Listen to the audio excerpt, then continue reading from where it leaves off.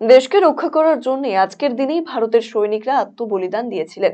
এখন ভারত ক্রমশ শক্তিশালী হচ্ছে বলে জানান রাজ্যপাল সিভি আনন্দ বোস। বাতাসিয়াতে শহীদ তর্পণের উদ্দেশ্যে এদিন রাজ্যপাল কলকাতা থেকে বাগডোগরা বিমানবন্দরে নামেন। বাগডোগরা বিমানবন্দরে নেমে তিনি সাংবাদিকদের মুখোমুখি হয়ে জানান, আজ পুলওয়ামার জঘন্য হত্যাকাণ্ড হয়েছিল, ভারতীয় জওয়ানরাই শহীদ হয়েছিলেন। সেই দিনটিকে স্মরণ করে আজকের সারা দেশে পালন করা হচ্ছে ব্ল্যাক ডে। এদিন রাজ্যপালকে স্বাগত জানাতে জেলার একাধিক পুলিশ কর্তারা উপস্থিত ছিলেন। কঠোর নিরাপত্তা ব্যবস্থার মধ্যে দিয়ে তাকে বিমানবন্দর থেকে বেঙ্গলুরুর এমইএস বাংলোতে নিয়ে যাওয়া হয়।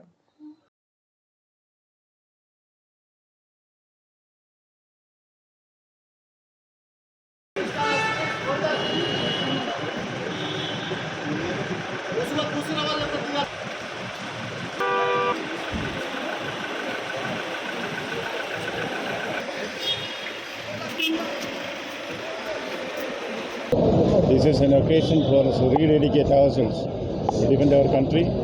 India is strong. We will assert that we are strong. India is great. We will prove that we are great.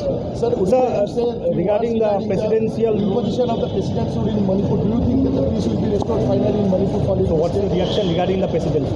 That relates to another state. As Governor of West Bengal, it is not appropriate for me to comment on that.